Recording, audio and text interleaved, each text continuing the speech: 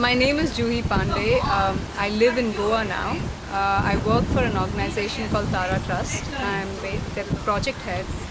We are a very small organization based in Goa that's working towards education and empowerment of children and women, especially in the migrant and underprivileged communities of Goa. The dream, of course, is that we want to increase our volunteer base, have more permanent people so we can reach out to many more schools in Goa.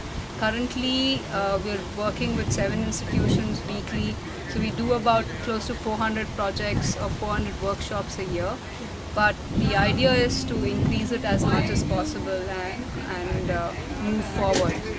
The biggest challenge that we face, one is of course manpower. We get a lot of volunteers from abroad to come and work with us. We came to the Goa project to talk about a specific initiative of ours called the 1000 Frame Project, what we are trying to do is create art camps outside of Goa and take children from our projects in Goa to go to another city. We always are in lookout for volunteers, specifically volunteers with expertise in the area of art and design, who are ready to come and give their own inputs to our workshops, because we are constantly looking for new ideas. So if we get in new people, we are getting in new ideas, and we don't have specific programs that is a set pattern and just take the program and go to a school.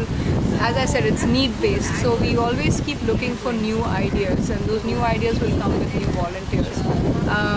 So a lot of our work works on that kind of an expertise coming in, where either you come and volunteer with us, or you can just share your ideas in the form of data as a workshop, which we can then implement, and you're okay for us to implement. And communication support. We need people to talk about our work, because if we have more people talking about our work, we will get the support in whatever way, funding, volunteership, space, whatever we need will come in.